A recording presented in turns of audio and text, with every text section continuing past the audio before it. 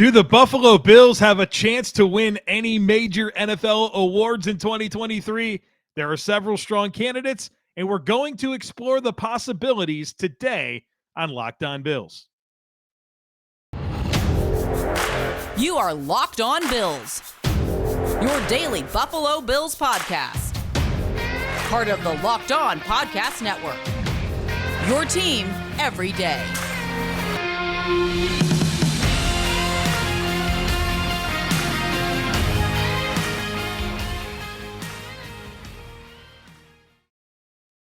What's up, Bills Mafia? It's Joe Marino, author of Go Bills and Buffalo's Run, also the co-host of the Locked On NFL Scouting podcast, and I'm your host of Locked On Bills.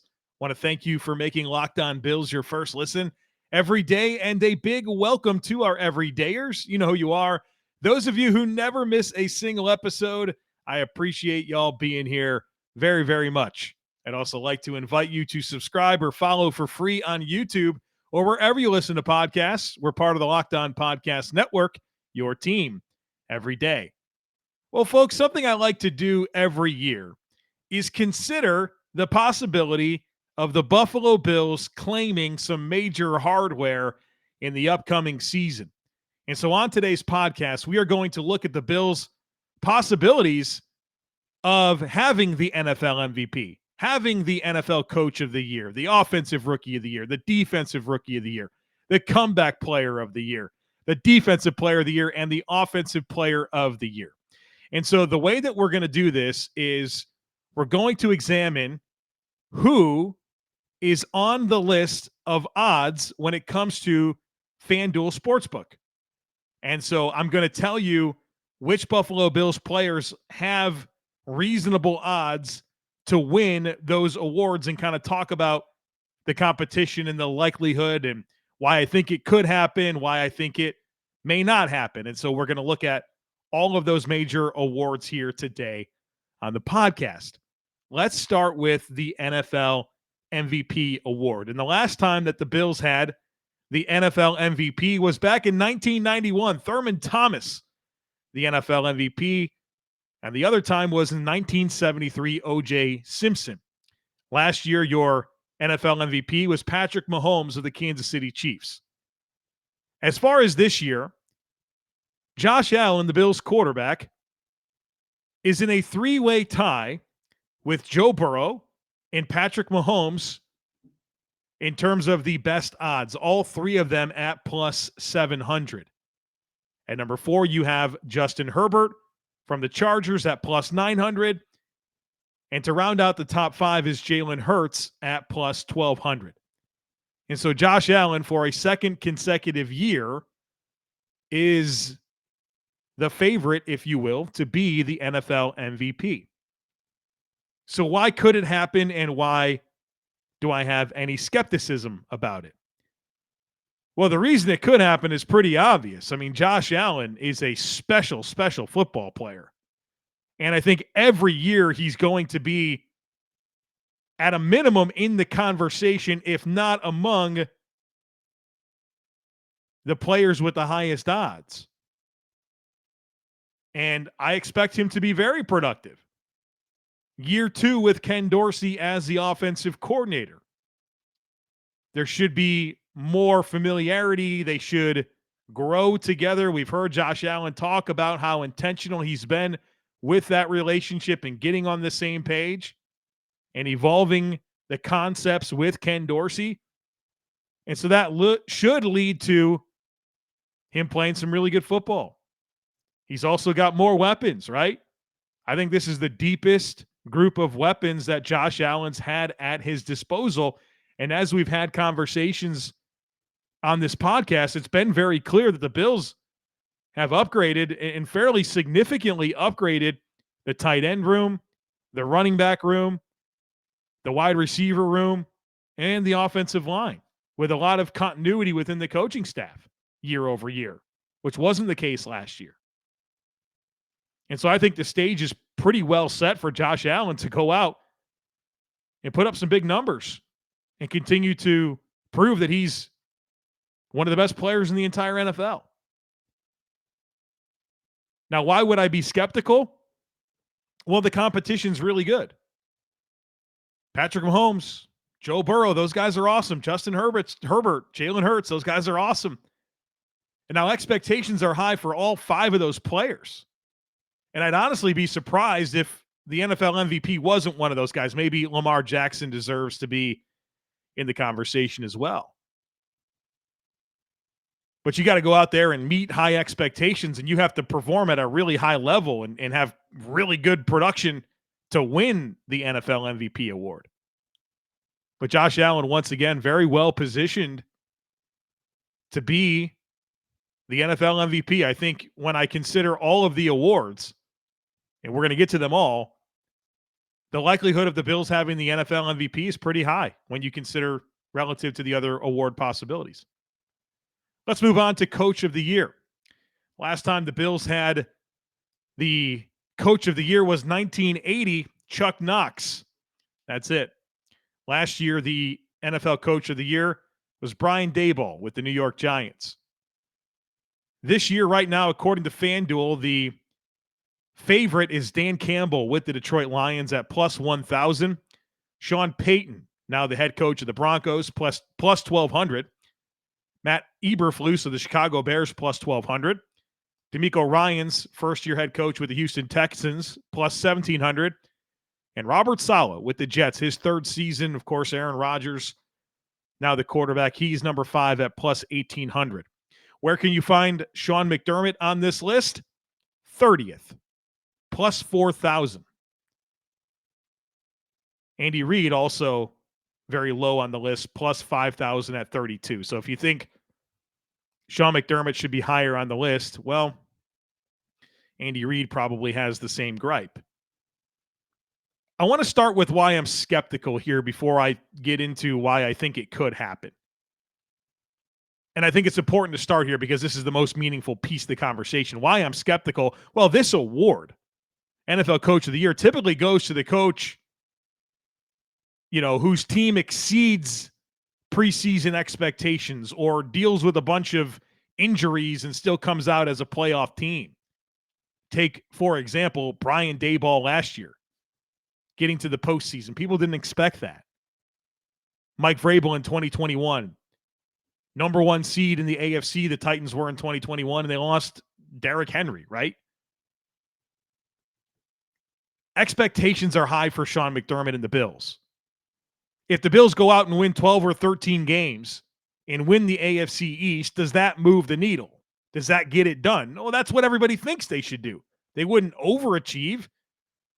They would meet expectations. And so the opportunity for Sean McDermott to exceed expectations is a lot different than almost every other coach. And so I think that's why you see another guy like Andy Reid at the bottom of the list. Everybody expects the Chiefs to go out and win 13, 14, 15 games. And so it's hard for them. Now, keep in mind, this is a regular season award. The voting for all of these awards is done before the playoffs start. So just keep that in mind. So I think it's tough for Sean McDermott to claim this award. Like I said, even if they win 12 or 13 games and win the East, people will say, good job, you met expectations. Now, why could it happen? Well, I think he's been deserving in the past. 2017, I thought he was deserving. 2020, I thought he had a really good claim for how that team performed.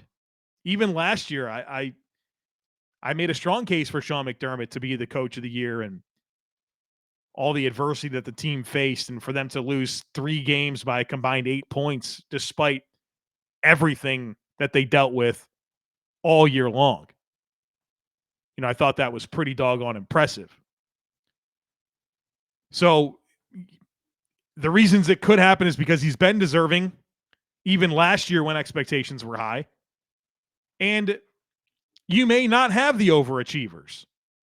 Right now, they're looking at the Lions, Broncos, Bears, Texans, and Jets. I mean, I could see all of those teams not having a lot of success. And so if those are your most likely candidates, then that opens the opportunity for you to consider the rest of the field. And if the Bills go out and win 14 or 15 games, they're the clear best team in the league. the record reflects that. They're once again great in point differential and all those things that moves the needle for people. Well, nobody really overachieved, and wow, the Bills were dominant all year. Sean McDermott, you get our vote, right? I think that's kind of his path. So Sean McDermott, 30th right now in odds at plus 4,000. All right, we're going to get into the offensive rookie of the year and defensive rookie of the year conversation as we continue this conversation here today on Locked On Bills. But first, need to tell you about FanDuel. Make a fast break to FanDuel during the NBA playoffs because right now, new customers can get a no-sweat first bet up to $2,500. That's $2,500 back in bonus bets if your first bet doesn't win. Now, what do I love about betting over at FanDuel? Well, they have great promotions every day, safe and secure app that's easy to use, and you can get paid instantly. Plus, there's tons that you can get in on. There's the NBA playoffs, NHL playoffs, MLB season is in full swing. There's football futures like we're talking about right now. If you want to get in on this action for MVP odds or Coach of the Year odds or whatever, it's available for you at FanDuel. Super easy to navigate. There's simply no better place to bet on all the sports action than America's #1 sports book. So visit FanDuel.com/lockedon and get a no-sweat first bet up to $2,500. That's FanDuel.com/lockedon. FanDuel, official sports betting partner of the NBA.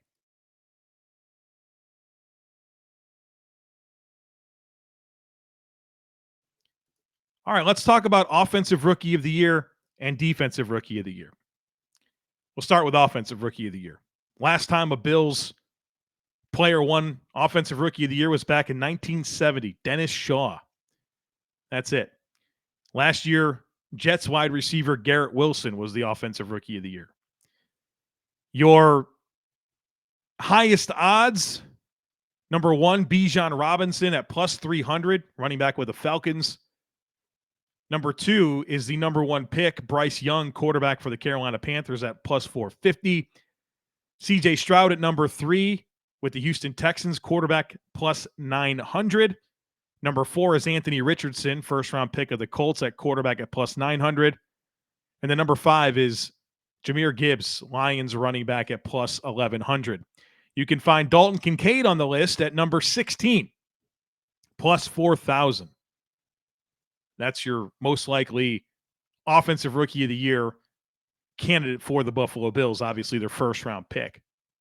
Now, why could it happen? Well, Dalton Kincaid has a really high ceiling.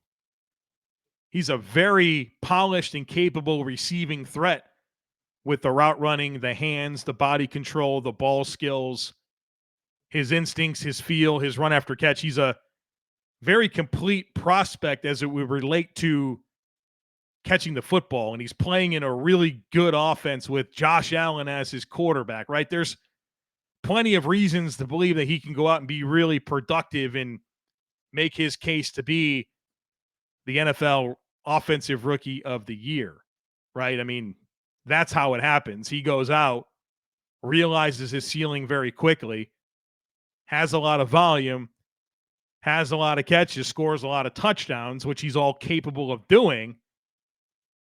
And you have the NFL offensive rookie of the year.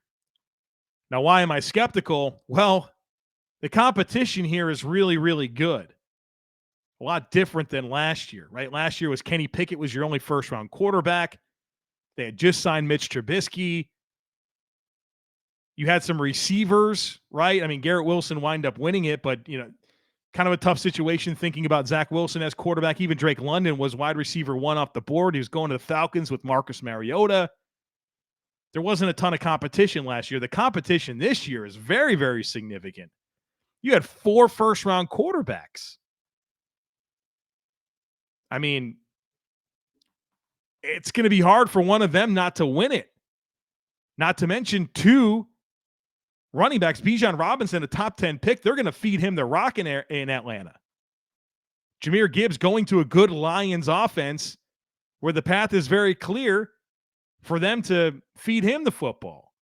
Not to mention other receivers that went in the first round, like Zay Flowers and Jordan Addison and Jackson Smith and Jigba and Quentin Johnson, right? There's a lot of competition here.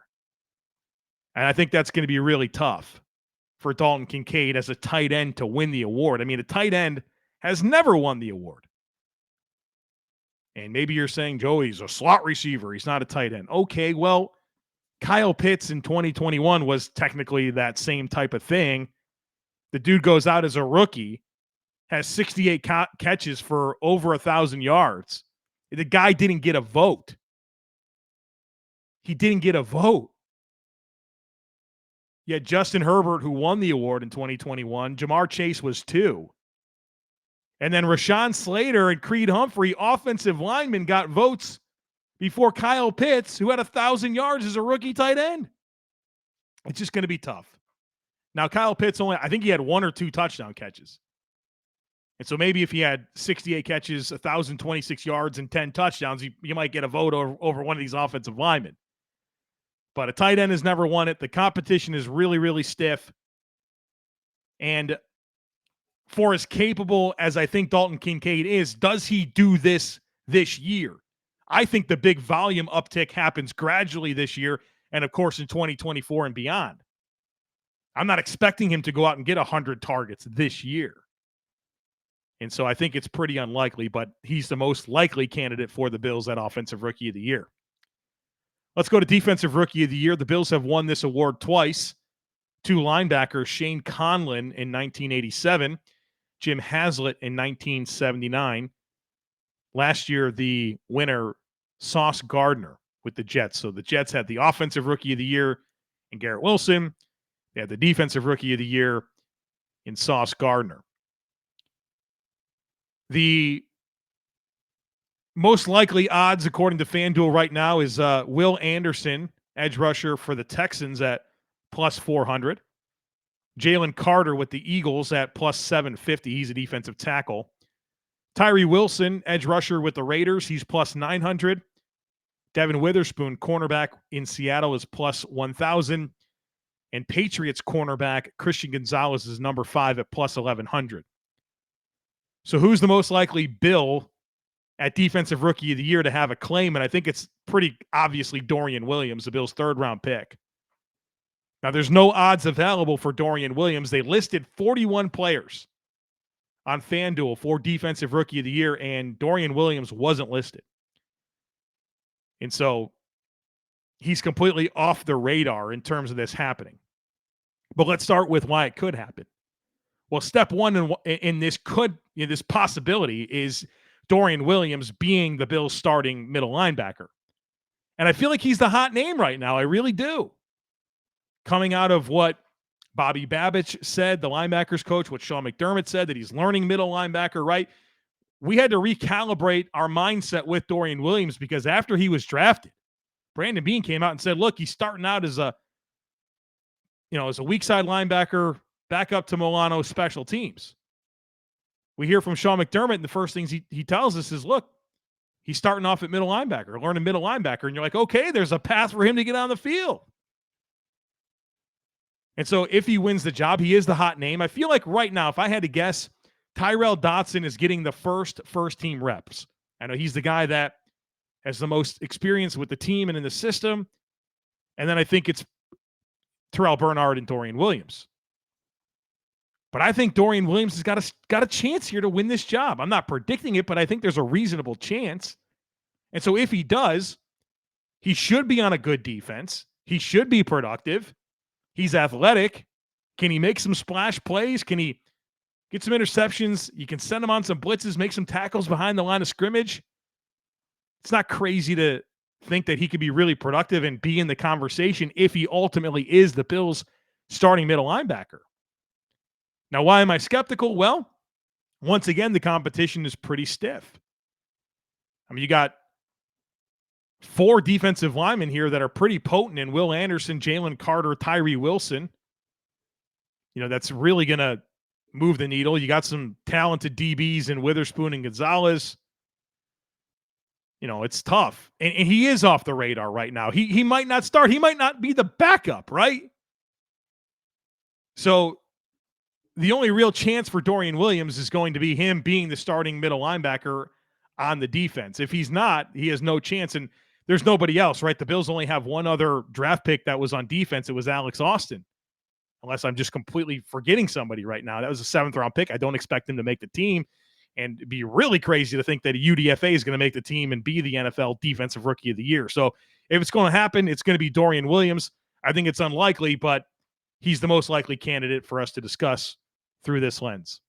All right, folks, we got Comeback Player of the Year, Defensive Player of the Year, and Offensive Player of the Year coming up after a quick break as we continue this conversation today on Locked On Bills.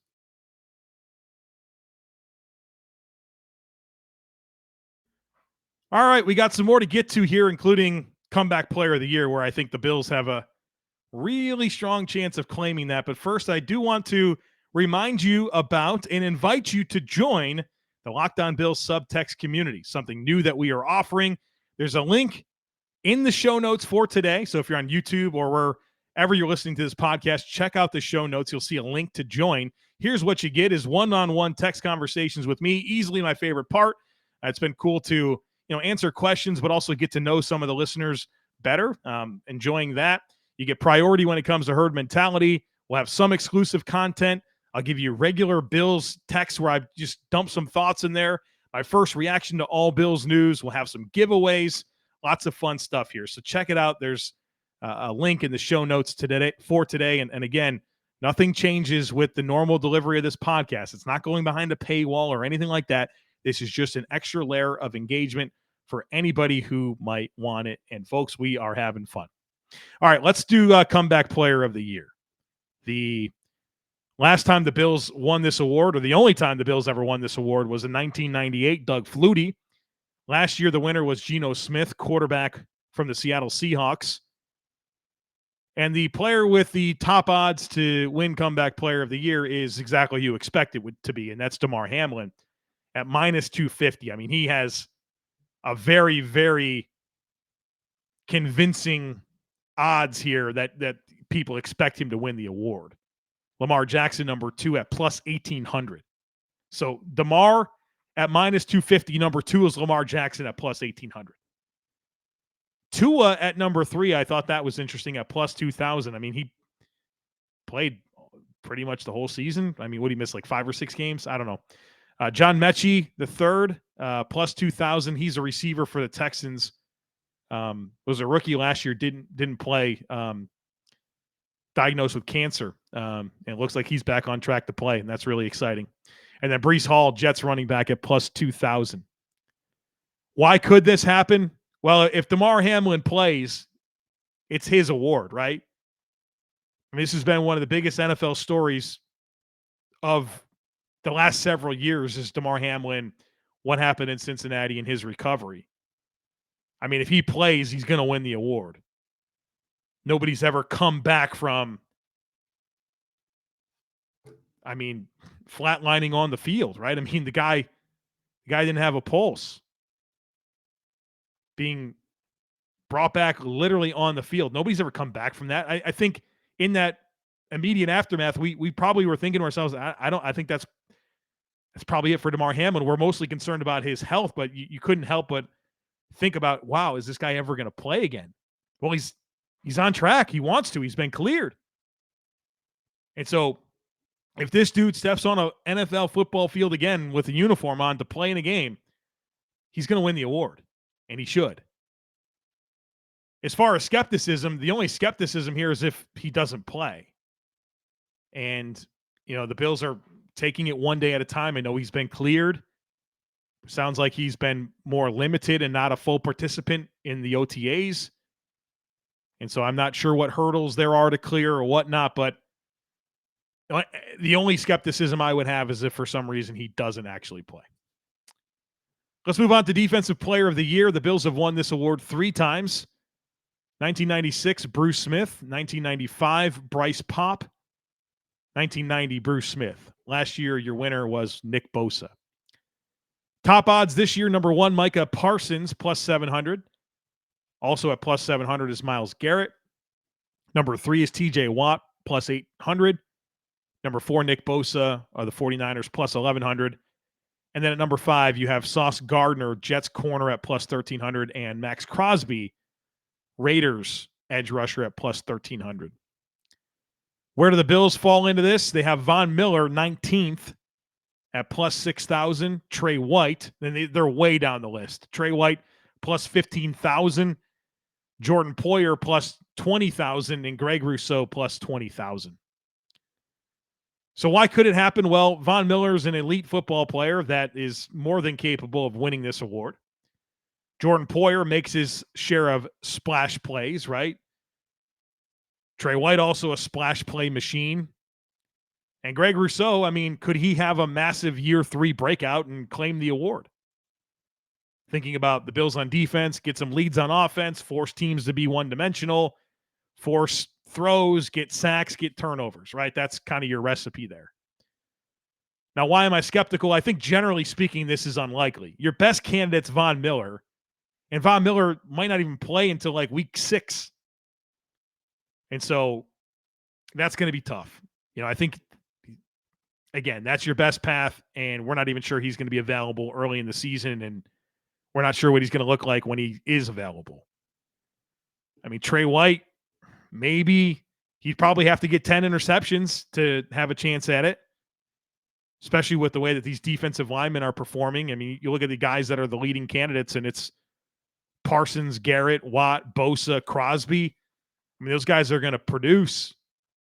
As a corner, you have to really rack up splash plays. You're going to have to score some defensive touchdowns to unseat a pass rusher. Greg Rousseau is on the list here. I mean, I'm expecting a jump, but that type of jump where he's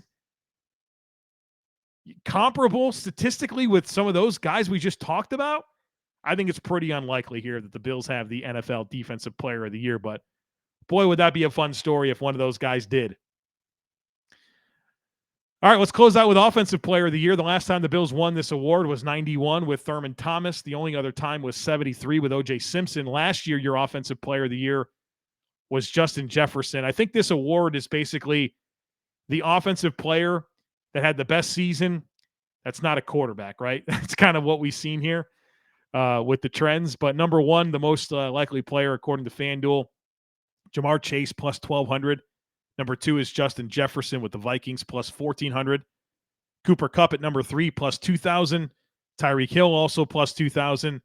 Christian McCaffrey also plus 2,000. And Jonathan Taylor, running back with the Colts, also plus 2,000. Where can you find Bills on the list? Well, Josh Allen, number 12 at plus 2,800. You got Stefon Diggs at plus 3,000. He's 15th. And then way down the list, you can find Gabriel Davis at plus 20,000 and James Cook at plus 25,000. So why could it happen? Well, I think your most likely offensive player of the year for the Bills is Stefon Diggs. And he's an awesome player, right? I mean, like, the numbers could be massive. He can go out and catch 120 passes and 1,500 yards and 12 touchdowns. And 3 of the last 4 years, a wide receiver has won the award. Last year, Justin Jefferson. The year before that was Cooper Kupp. And then 2 years, there was a running back in between. I can't remember which running back it was. Maybe Derrick Henry. And then before that, it was Michael Thomas. So it's been trending towards wide receivers, and Stefon Diggs is capable of producing as much volume of production as any receiver in the league. So I think, that's pretty clear how that could happen. And I think that the Bills kind of learned their lesson at times with Diggs and his production, how it faded a little bit down the stretch, and making sure that he's continuously involved in the offense, not going away from him, and having more to take away from teams that want to take away Diggs, right? There's more weapons here that should allow for Diggs to get consistently better looks. So I think that's your path. Could James Cook explode? Maybe. I don't know if he'll get enough volume. I mean, is he going to have more than 200 touches? I don't think he will. And I think you need to have more volume to claim the award. Now, maybe he's just performs at such a level that the offense starts to go through him and more, and he pushes for 220, 250 touches, which I think he'll need with a high volume of touchdowns to actually win the award. And there's also Josh Allen, who's in the conversation. Again, I don't think this is a award that is being looked at for quarterbacks as much lately. But if you have a situation where, Josh Allen and some other quarterbacks, whatever, it's Mahomes, Burrow, Hurts, whatever, Herbert, very comparable numbers, both deserving of the MVP. One gets MVP, one gets Offensive Player of the Year. I think that's kind of your path for Allen. Gabe Davis, I think that'd be tough. I think he'd have to have a ton of touchdowns and produce in ways that he never has in his career. Why am I skeptical? Well, I guess I kind of just did that without doing it. It's a non-quarterback award. Diggs has the best chance. The competition will be tough, right? I mean, there's other receivers that are going to have a ton of production too, like Chase, like Jefferson, like Kupp, like Tyreek Hill, like Justin Jefferson, Waddle, right? I mean, there's so many guys out there that can produce a lot of numbers. And so Diggs would have to be the most productive to get the award, but it's a possibility. All right, folks, I hope you enjoyed this conversation. Just kind of interesting way to look at the Bills through the lens of the NFL awards and see how likely the Bills are to claim some of this hardware. And, of course, rooting for all of it to happen. Would be cool for the Bills to claim some of this, especially that MVP award for Josh Allen. I'd love to see that. So, all right, folks, that's it for us today on the podcast and this week on the podcast. I certainly hope you enjoyed. As always, I kindly ask that you share, subscribe, rate, and review. Have a great weekend. Go Bills, and I look forward to catching up with you again on Monday.